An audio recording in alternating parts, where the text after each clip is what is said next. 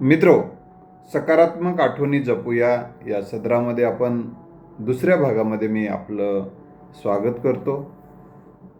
पहिल्या भागामध्ये ज्यांनी मला प्राथमिक शाळेला शिकवलं ते बालाजी राजाराम पाटील बैस यांच्याविषयी मी बोललेलो आहे. तेच प्राथमिक शाळेमध्ये शिकवलेले माझे गुरु जे आजही हयात आहेत ते यादवराव काटलेवाड सर यांच्याविषयी आज मी बोलणार आहे. त्यांच्या काही आठवणी मी सांगणार आहे. ह्या आठवणी सांगायच्या म्हणून नाही, तर त्यातून काही बोध घेण्यासारखं आहे, त्यातून काही शिकण्यासारखं आहे, म्हणून त्या सांगणार आहे. त्या सांगण्यामागचा दुसरा एक उद्देश म्हणजे, कारण इतिहास हा माणसासाठी असतो आणि इतिहास हा माणसाने घडवायचा असतो आणि इतिहास हा माणसानेच जतन करायचा असतो आणि तो इतिहास कुणीतरी दुसऱ्यांनी तयार करावा आणि दुसऱ्यानेच जतन करावा, मी मात्र काहीच करत नाही, अशी भावना आणि भूमिका घेऊन जगण्याला काही अर्थ असत नाही. तर ह्या आठवणी जपणं म्हणजे इतिहास जपणं आहे. या आठवणी जपणं म्हणजे कृतज्ञतेची भावना बाळगणं आहे आणि कृतज्ञ इतकं सुंदर काही नाही असं म्हटलं जातं. त्यामुळं मी हा उपक्रम आपल्यासमोर सुरू केलेला आहे. आपल्याला नक्की आवडेल, कारण तुमच्याही जीवनामध्ये अनेक गुरु, अनेक व्यक्ती, मी अनेक गुरुविषयीच नाही, काही व्यक्तीबद्दलही बोलणार आहे. तर यादव काटलेवाड गुरुजी आम्ही प्राथमिक शाळेत शिकायला असताना माझं गाव नायगाव तालुक्यातील दरेगाव या गावी आले आणि त्या शाळेत मुख्याध्यापक म्हणून बैस सर होते. आणि मग आम्हा विद्यार्थ्यांमध्ये नवीन सर आणि गाव सारं मग नवीन सर अनेक वर्ष आमच्या गावामध्ये होते. मी कालच्याही भागात सांगितलं की बैस सरांची आठवण सांगताना की आपल्या सहकार्याची बदली होऊ नये म्हणून त्यांनी केलेले प्रयत्न आणि त्याला आलेलं यश कालच्या भागात सांगितलं. आपल्या सहकार्याच्या बदल्या करण्यासाठीच होणारे प्रयत्न हे एकीकडे असताना आपल्या सहकार्याची बदली होऊ नये असा प्रयत्न करणारी माणसं या जगामध्ये आहेत, होती आणि असणार आहेत. त्याचं प्रातिनिधिक उदाहरण म्हणून मी काल बैस सरांचं उदाहरण सांगितलं. तर यादव काटलेवाड सर गावात आले, आमच्या शाळेत आले. ते शाळेचा जसा भाग झाले तसा गावाचा भाग झाले आणि आम्हा विद्यार्थ्यांच्या भावविश्वाचाही भाग बनले. त्यांचा भाषा, मृदू भाषा, शांत स्वभाव, निर्वेशनी स्वभाव आणि या निर्वेशनीपणाचा, शांत संयमी स्वभावाचा, सकारात्मक मानसिकतेचा उपयोग विद्यार्थ्यांना झाला, गावकऱ्यांनाही झाला. यादव काटलेवाड गुरुजींच्या काही आठवणी सांगत असताना, आम्ही जेव्हा शिकत होतो तेव्हा आम्हाला एकाच 4 वर्गासाठी एकच वर्ग खोली आणि पुढे थोडासा भाग होता ज्याच्यावर पत्र टाकलेले होते, पोर्च. आणि मग 2 वर्ग आत भरायचे, 2 वर्ग समोर भरायचे. आणि मग काटलेवाड सर आले आणि त्यांनी आमची शाळा 2री आणि 4थीचा वर्ग सर बाजूला, श्रीकृष्ण मंदिराच्या बाजूला, म्हणजे तिथेच श्रीकृष्ण मंदिर आहे, आता ते मंदिर होत आहे तिथं पुढे मोठा होता, त्याच्या समोर चिंचेच्या झाडाची सावली,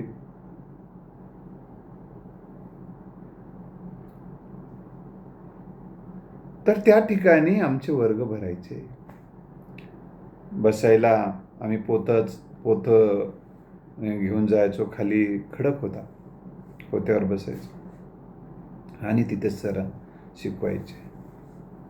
एकाच वेळी 2 वर्गाला शिकवायचे नाहीत, तर एका वर्गाचा धडा शिकवताना दुसऱ्या विद्यार्थ्यांना काही गृहपाठ द्यायचे आणि मग ते गृहपाठ करत करत दोन्ही वर्गाचे विद्यार्थी ते ऐकायचे.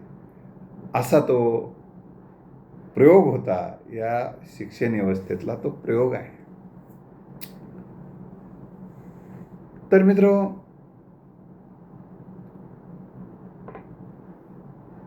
त्यांचं जे शिकवणं होतं अतिशय शांततेनं आणि मन लावून ते शिकवायचे. मन लावून शिकवणं, मन लावून समजून घेणं आणि विद्यार्थ्यांना प्रेमानं बोलणं हा त्यांचा स्वभाव होता. मग शाळा सुटल्यानंतर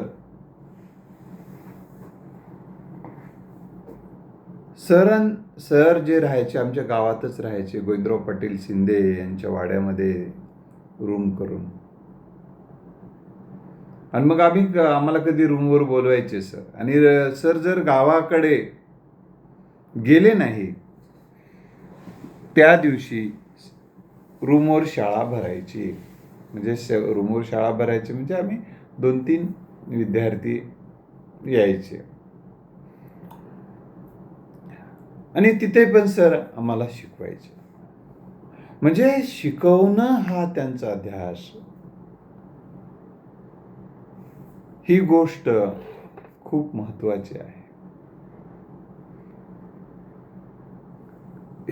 शिकवलं पाहिजे, विद्यार्थी घडला पाहिजे, या भावना आणि भूमिकेतून ते हातानं स्वयंपाक करून खात सर. स्वतःच भांडे घासणं,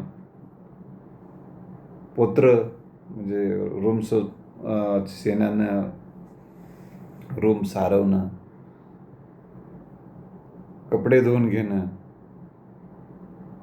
ह्या सगळ्या गोष्टी सर स्वतः करायचे. सर कधी कपडे धुताना काही शर्ट पॅन्ट धुताना बघितलं की आम्ही विद्यार्थी सरांना म्हणायचो, सर आम्ही धुवावं का? तुम्हाला जमते काय रे? धुवा मग कधी कधी आम्ही मदत केलेली आहे. पण ते करताना आम्हाला कधी कमीपणा वाटत नाही, कमीपणा वाटला नाही आणि आता सांगताना सुद्धा कमीपणा वाटत नाही. कारण सेवा हे भूषण असते. सेवा करणं म्हणजे काही जणांना ते दूषण वाटते, कमीपणा वाटत असेल. पण हे तसं कमीपणा वाटत असेल तर त्यांनी या जगामध्ये जी माणसं मोठी झाली ती या जनसेवेमुळे झाली, हे मात्र विसरून चालणार नाही. मग आम्ही कधी कधी शेतातून जे काही भाजीपाला असेल तर माईला मी म्हणायचो, माय नवीन गुरुजीला देऊ काही? तर दे बापू म्हणायचे माय. आणि मग आम्ही कधी दुधगा असेल त्याला कद्दू म्हणतात, कधी वांगे असतील, मिरच्या असतील शेतातल्या आमच्या, असं काही तरी कधी कधी नेऊन द्यायचो. मीच नाही, आज काही विद्यार्थी पण इतरही द्यायचे.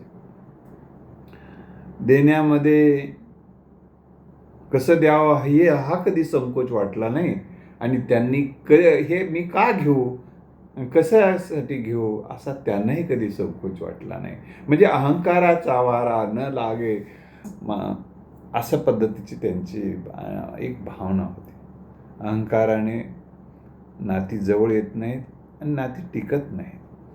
हा जो काही भाग सध्या दिसतोय, जाणवतो, तो काही अहंकार तेव्हा काही कधी वाटला नाही. हापशावर पाणी, आमच्या मारुती मंदिराच्या समोर हापसा होता. सर तिथं कधी कधी हापशाला ते गुंडी छोटी व घेऊन ये, घागर वगैरे आणायचं नाही, एक मग छोटं 2-3 लिटर पाणी बसेल असंच ते एक, त्याला आम्ही गुंडी म्हणायचो.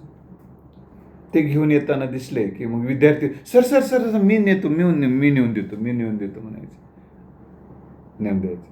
आणि ते आंघोळीसाठी सर बकेट घेऊन यायचे बाहेर, आणि बकेट दिसलं तरी मग सर म्हणायचे, पोरं म्हणायचे सरांना, सर आम्ही नेतो नाही.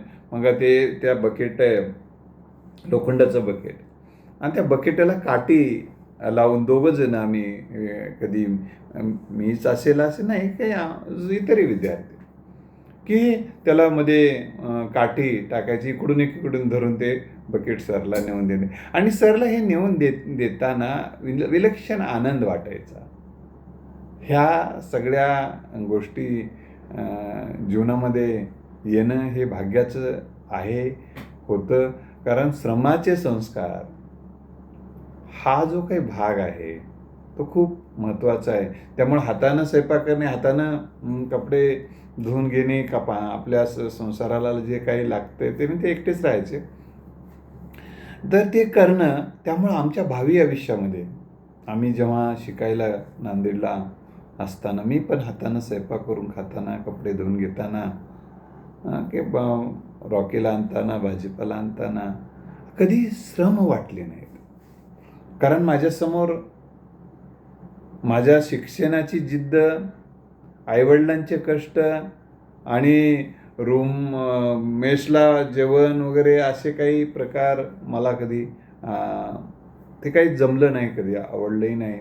आणि हे सगळं करताना कधी कष्टही वाटले नाहीत.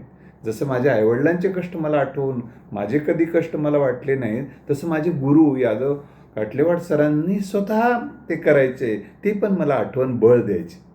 मित्रो, आठवणी बळ देतात, आठवणी आत्मविश्वास वाढवतात, आठवणी माणसाच्या मनामध्ये कृतज्ञतेचा भाव आणतात. आणि कृतज्ञतेचा भाव हा सकारात्मक भाव आहे.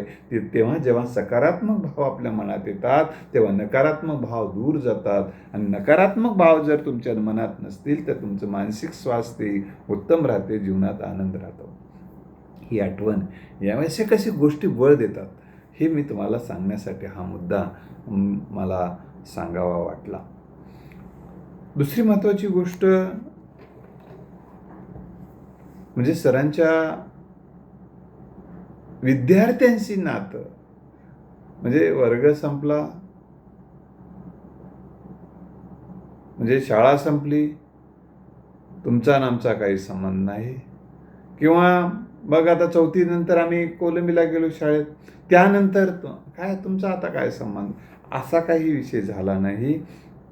आजही सरांच्या संपर्कामध्ये मी असतो.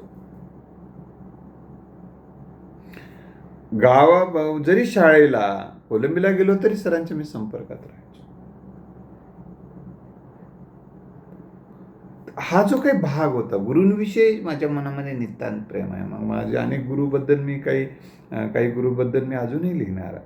जसं प्राथमिक शाळेतले टीचर ते PhD चे माझे मार्गदर्शक चौरे सर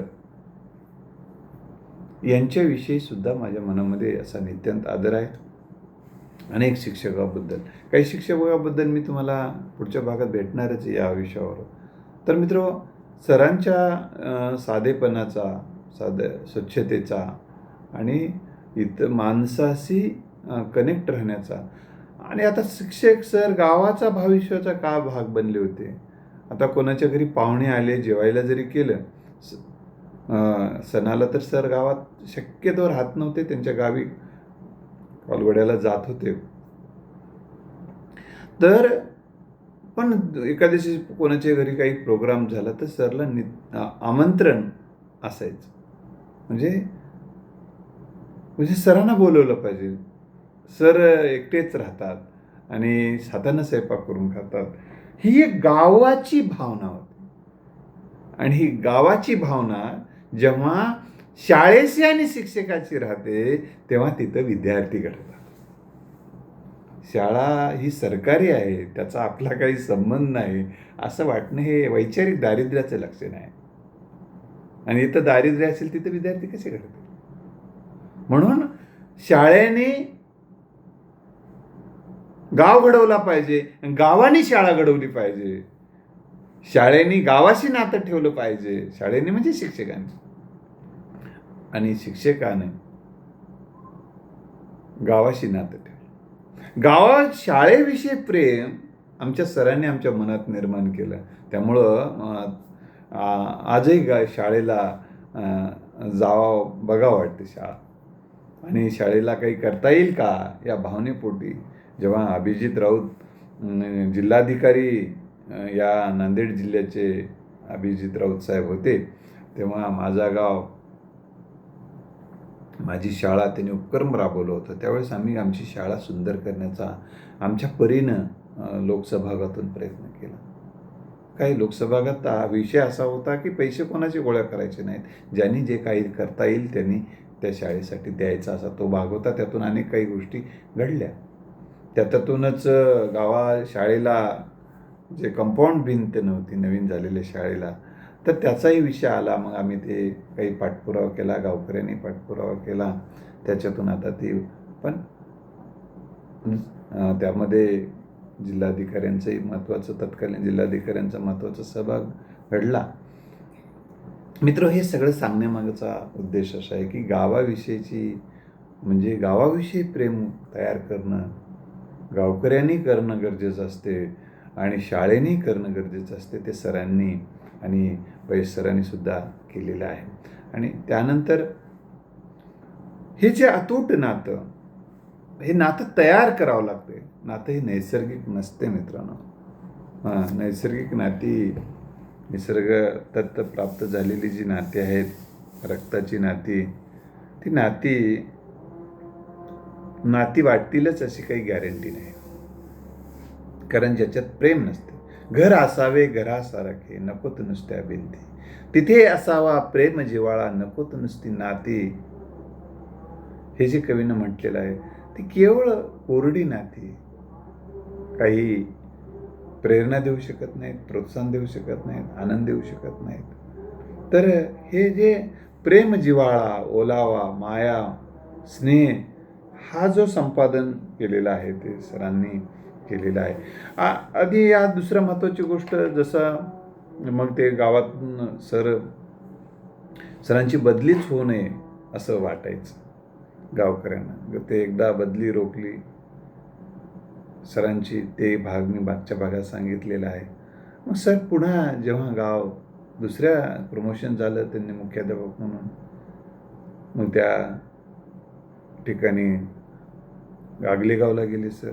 त्यानंतर तामसा येथील जवळी बाजूला वडगावची शाळा, जसं मी स्वतः गेलो होतो म्हणून सांगतो. जसं दरेगावला त्यांनी जीव लावला शाळेला, तसं वडगावच्या शाळेला त्यांनी जीव लावला. वडगावच्या शाळेला उत्कृष्ट शाळा बनवली त्यांनी.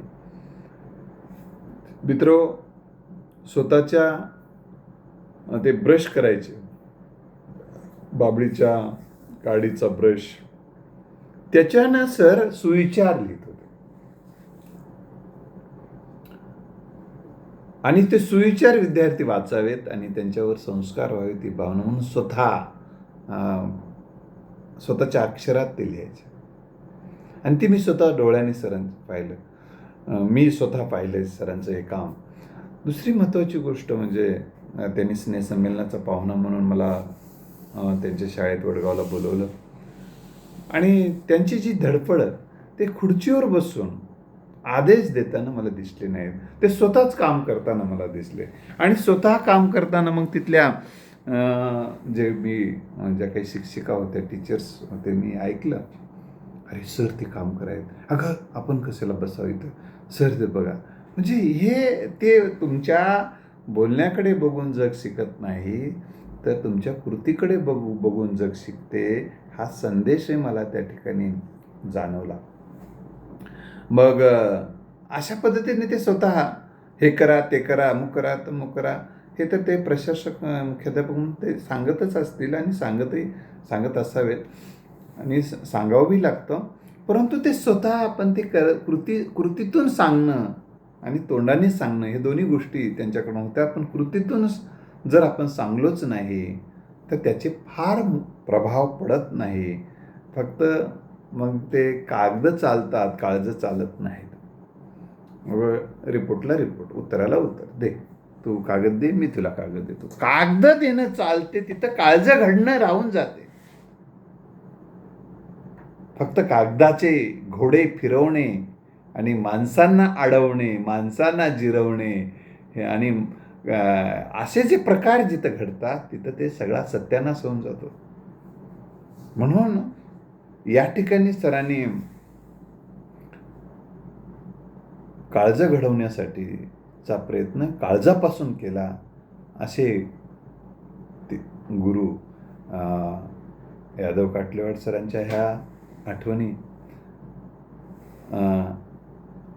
आज सरांचा मध्ये मध्ये मला एक फोन येतो.